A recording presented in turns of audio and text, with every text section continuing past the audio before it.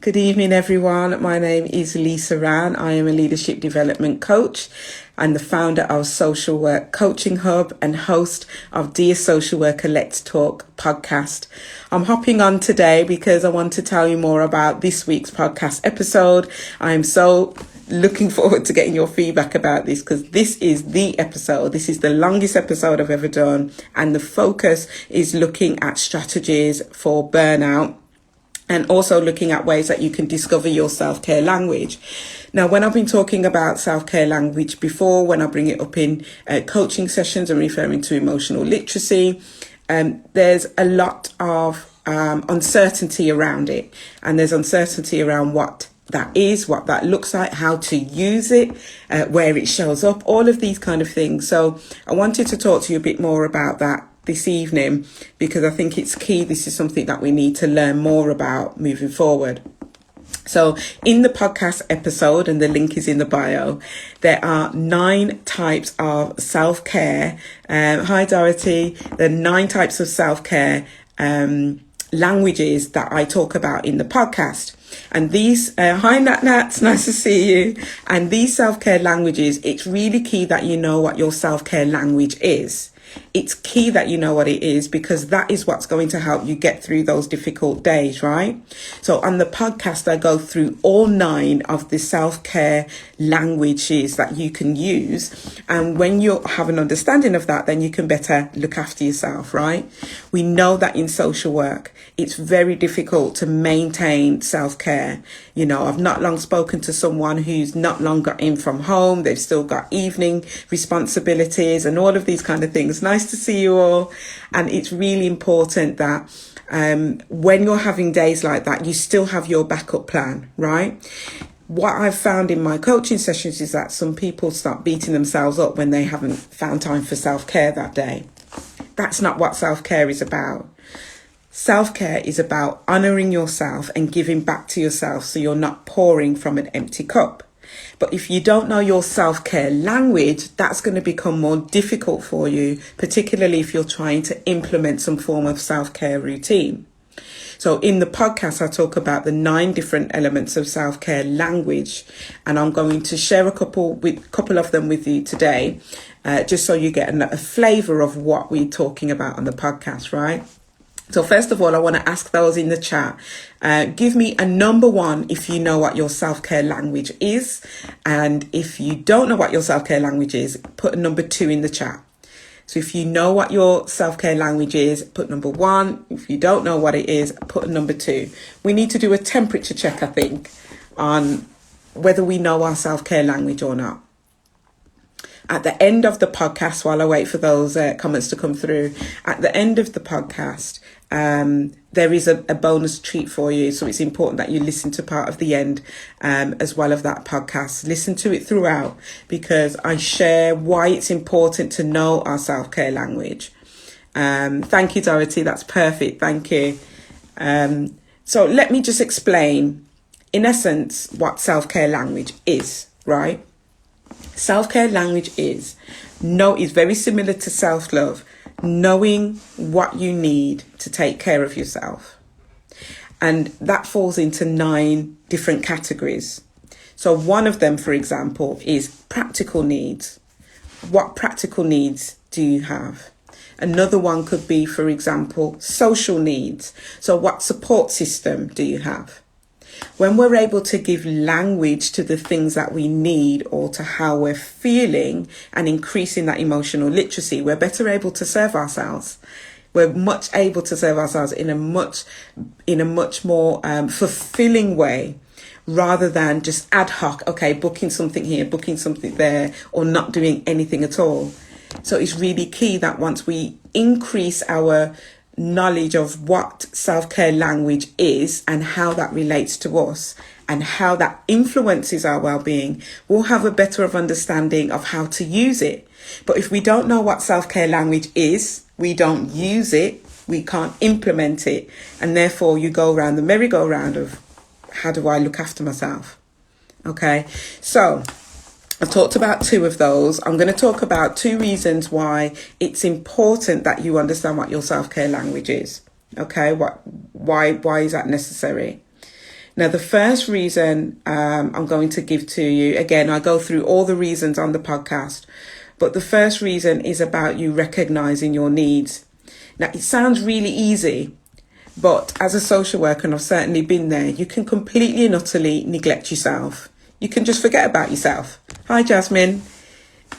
Somehow, within the midst of being there for everyone else and doing everything you can to help everyone, to get your stats in on time, to do your visits, to do your direct work. Oh, hi, Jasmine, you're from Australia. Lovely. Welcome to the UK. We're just talking about self-care language and why that's important. And all of these things that we're giving out, we're pouring out all the time. When and how do you pour into yourself? Do you even know how to do that? There's some people that I've met, and I know I had a period of time where I didn't even know what I liked anymore. I just didn't know. Particularly when I was approaching burnout, I literally just didn't know what I enjoyed anymore. Did I like going to the gym? Did I like painting? Do I want to go out with friends? Because you go on this merry-go-round of work, and being there for everyone else. You inadvertently water down yourself. You're kind of diminishing yourself. You're fading into black, right? So if I at that time actually had an understanding of what self-care language is, how to implement it, and why it's important to know what it is, that would have best served me and probably helped prevent burnout, really. So I'm going to give you 2 reasons why it's key that you need to know this. I'm just going to read these comments. So you supervise social work students and you always tell them you have to hold parts of yourself back from the clients as these are just for you. You can't give all that you have. I feel like saying amen to that comment, Jasmine. I feel like saying amen to that because absolutely it's key that, and I'm going to pin that, it's key that we don't give all of ourselves, but sometimes, and partly due to the reasons why we go into the role, that happens. And we need to have something in place for when that actually happens. And as a student social worker, as a social worker, as a manager, as a fostering agency, as whatever form that you take within the social care spectrum, knowing the self-care language and implementing that is what's key. And the reason why it's key is, number 1, being able to recognize your needs, right? So one of the key benefits of knowing your self-care language is being able to acknowledge your personal needs. So as Jasmine is saying, holding that little bit back, right? Because you've got to understand what activities, what practices, and what experiences make you feel rejuvenated and fulfilled and balanced. Funnily enough, as social workers, most of the time it's work that gives us that, right? So you're getting your needs met, and I would say it's actually a limited version of those needs being met. But because you're spending most of your time there, it is magnified. So it looks like your needs are being met, but actually it's inadvertently, we're fooling ourselves. We've been fooling ourselves thinking our needs are being met. They're not. They're not. Because when I ask the question in my coaching session, well, what is your self-care language? The response I usually get is, I don't know. So we need to have that understanding of recognizing our personal needs. You need space to do that. You need time to do that. The second one I'm going to give to you is around stress management. So on the podcast, I give you 5 different reasons why it's important, and I go into detail about those. But in this live, I just want to give you 2. So the second one is about stress management. Knowing your self-care language is key because stress is an omnipresent factor in social work. In fact, life doesn't have to just be work, right? And its impact on our physical and emotional health absolutely is undeniable. So knowing your self-care language will equip you with the right tools that you need for stress management. And you cannot be a social worker without a stress management plan. I say this so many times. It's impossible. You need a plan, just like Jasmine was saying to social work students. There needs to be some form of plan. Whilst you are meeting everybody else's needs, who is responsible for meeting yours? Okay, well, let me read some comments. Thank you, Dorothy. That's where you're at. You're trying to think about things you enjoy, but fall into the trap of I should be studying or doing something productive, trying to focus on self-care. This seems like a good set. Right. So we have something in common because, as I described earlier, that's exactly where I was. I literally needed to figure out what do I even like anymore? I can laugh about it now, but at the time I was like, oh my God, how do I do this? How do I navigate this stress? How do I navigate this feeling? How do I navigate trying to give back to myself? But somehow there seems to be a block there, right? So hi, being T. So it's really, it's key that we do have an understanding of what our self-care language is, increasing our emotional literacy and finding a space to give back to ourselves. So I want to encourage you to click the link in my bio to find the podcast episode, which is called Discovering Your Self-Care Language, Strategies for Burnout Prevention. And I'll give you some strategies for burnout prevention. At the end, there's a treat for you as well, so make sure you listen towards the end for that. But we go through the 9 different types of self-care. We go through the importance of self-care, and we give you 5 reasons why it's important. And we also outline the different types of self-care language, right? Because it's key that we have the language to actually understand what this is about. I just want to go back to one of the comments here. That you're trying to think about the things you enjoy, but you fall into the trap of I should be doing something right. So I want to talk about that a little bit because the question there is linked to what message is being sent to your brain when that's happening. Let's think about that for a second. So if you always think you should be studying and doing something productive, what have we then trained our brains to be doing? Where is that derived from? And what meaning does that give to you in your life? These are the kind of questions I would ask in a coaching session, because you need to start breaking it down. Breaking it down will give you understanding. When you have understanding, you have clarity. When you have clarity, takes a weight off. And you're able to actually just work on what needs to be done. And one of the hardest things to do as social workers, because you're constantly multitasking, is to not multitask when you get home. To not multitask when you are trying to just relax. And what we have happening in our brains is our brains are thinking, okay, need to be doing something. It's always busy, and it's developing some form of guilt and shame around taking a break, right?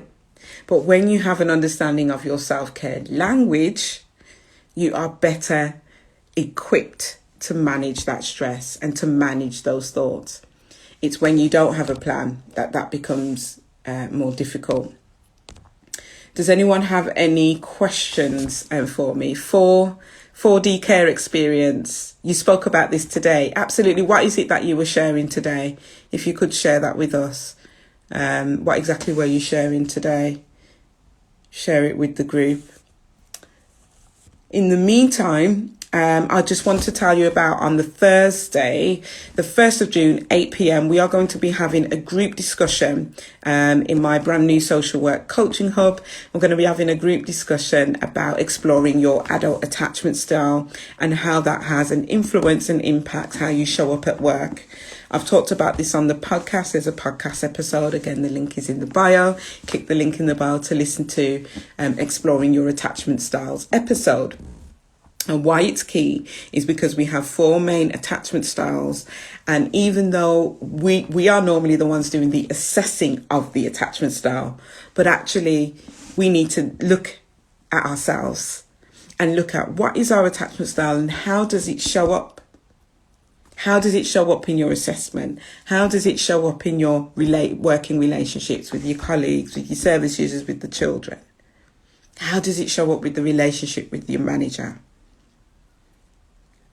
You'll know as well as I do that your attachment style shows up everywhere, right? In everything that you do. It's one of the things that just sits in the subconscious, and it's one of the driving forces that's often unspoken, but it shows up in so many different ways.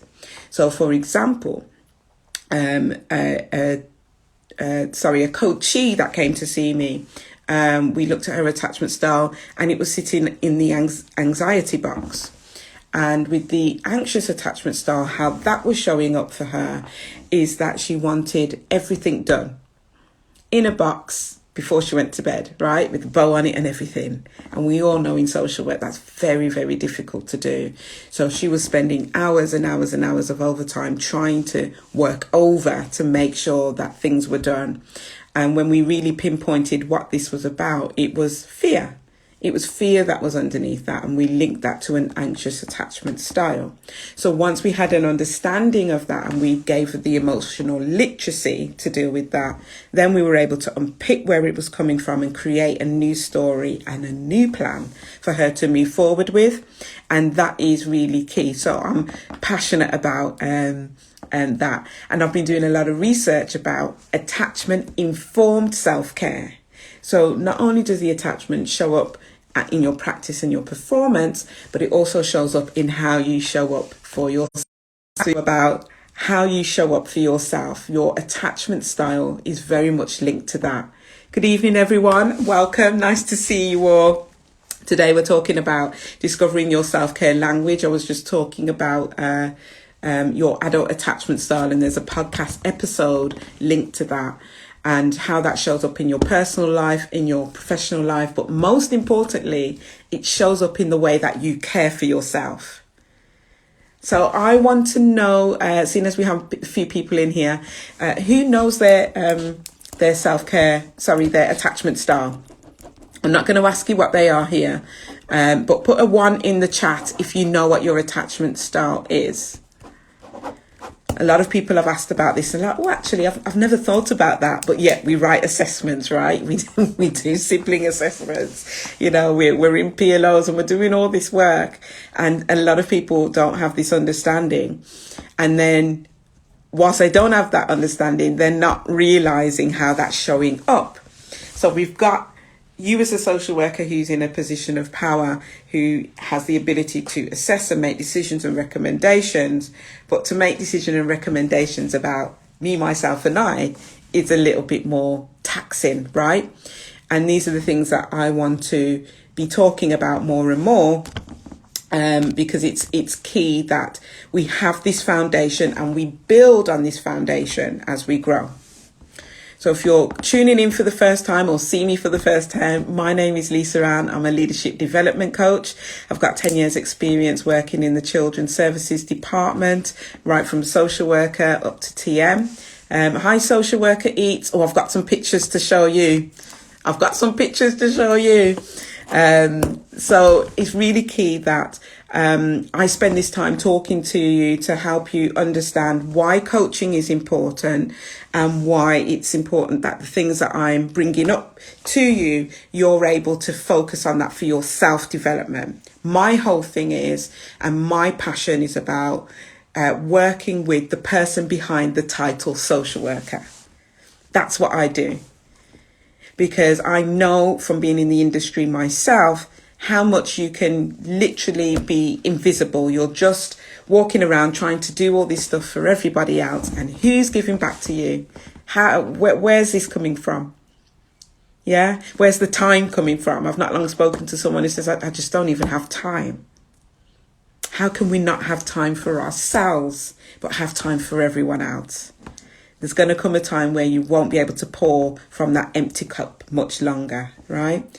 So the idea is, the work that I do is working with you from a personable perspective, there's no way we can do that and completely neglect your social work role and your social work practice. That goes without saying. So everything will feed into that. But we're first looking at you, the person behind the social worker, because I know working in local authority, it's so hard.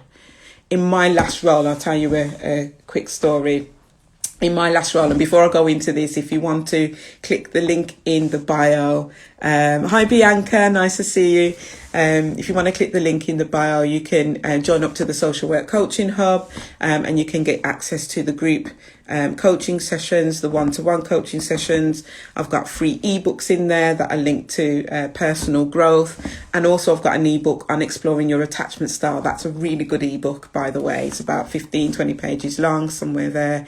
Really informative, and that'll get you started on and thinking about what your attachment style is and how it shows up for you.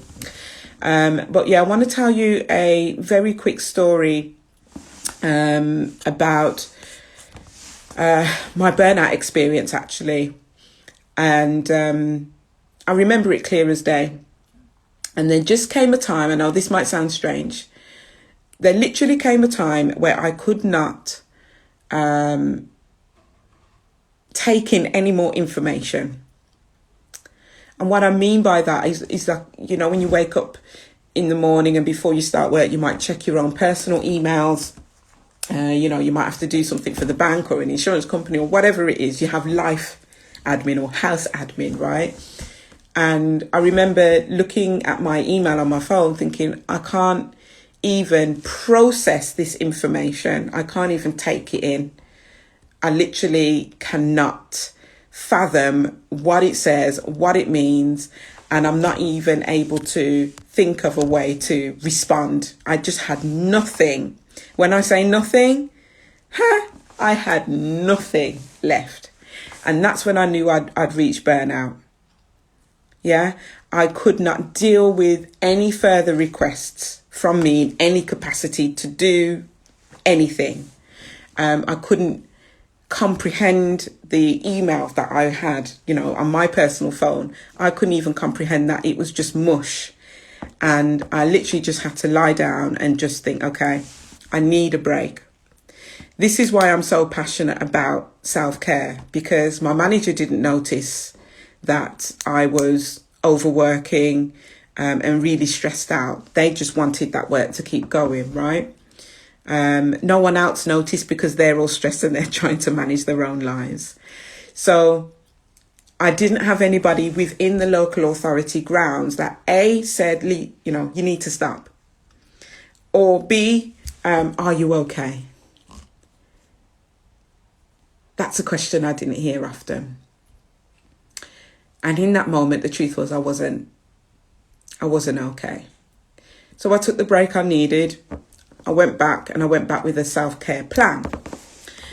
And this is why I'm passionate about the work that I do now, because having someone who understands where you've been and having someone who is part of the social work field, understands all the lingo, all of that stuff makes a difference. And as a leadership development coach for social workers, I want to hold that space for you, because at a time when I needed it, it wasn't available. And I know how valuable it is to have somebody to talk to help you order your thoughts, to help you understand the kind of social work leader you are and where you would like to be. And also for you to understand the person that you are. Understanding who you are, how you show up for yourself is going to stand you in good stead. And this is not just about you being a social worker. This is in life, right? And I was just having this conversation. What you get from coaching is there for life. It's invaluable. You don't just learn something in coaching or discover something about yourself for that moment. It's actually for life. So if you discover your attachment style and how that shows up for you, where it shows up, the challenges, you know, we'll explore all of these kind of things. That's not just for social work. That's going to be for life. that's going to be something that you've learned about yourself that you can carry with you and make a plan and move forward. Yeah. So this is why I'm so passionate about self-care. This is why I'm so passionate about being there for social workers who don't necessarily have that within local authority grounds. And for anyone thinking, well, we've got supervision. Yes, absolutely. Coaching works alongside your supervision, so it complements your supervision. So whilst you're focused on casework and all of these elements, and then, you do your wellbeing check, obviously, but you can't spend that long on it, right? That's where I come in. And that's where you can focus on that. So until the 10th of June, we have got a special offer on the one-to-one coaching. So just log on to my link in the bio and you can access that up until the 10th of June. And some people have booked already. We've had some great sessions. It's been fantastic. So I would highly recommend that if you're going through any personal or professional challenges, and try and understand that. Social worker eats. Let's have a look at that. I often after work cannot speak to people. I'm always saying I've reached my interaction quota for the day. Absolutely. That there's a name for that. Compassion fatigue. Compassion fatigue. You've got to fill your own cup, but understand your self-care language is going to better equip you on how to do that more efficiently and more quickly. So I highly recommend that you listen to the podcast episode that's just come out. The link is in the bio. We've also got the special offer on the one-to-one coaching until the 10th of June. And we've also got some free downloads for you on the link in the bio that's going to help you explore your attachment style and going to help you progress in terms of your personal growth. There's 2 free downloads there, and the podcast link is there. On that note, I've been Lisa Ann. Thank you everyone for joining me this evening. Please put your burnout strategy in place. Don't leave this conversation and don't not do anything. That was 2 double negatives. Make sure you get something in place. It's key. That's what's going to keep you in the job. We need you. We need social workers. We need you. So you need to take that responsibility of putting a plan in for yourself. What does it look like when you can't speak to people? What is your body telling you you need? Social work eats. What is your body telling you need? That is the focus. What do you need? What is your self-care language? Why is that important to you? You can understand all elements of that in the latest podcast episode called Discovering Your Self-Care Language. And thank you, everyone. Yes. Oh, you're most welcome. You're most welcome. I've got many more stories to tell, but one at a time, right? God bless you all. God bless you all. Look forward to seeing you in the group, in the Social Work Coaching Hub. Of course, share the podcast episodes where you can. Bring them into your team meetings, all of that good stuff, because this is something that we need to be talking about more often and opening up that conversation. Okay, God bless everyone. Lovely to see you. Thank you, Limeflower. Take care, everyone. Bye.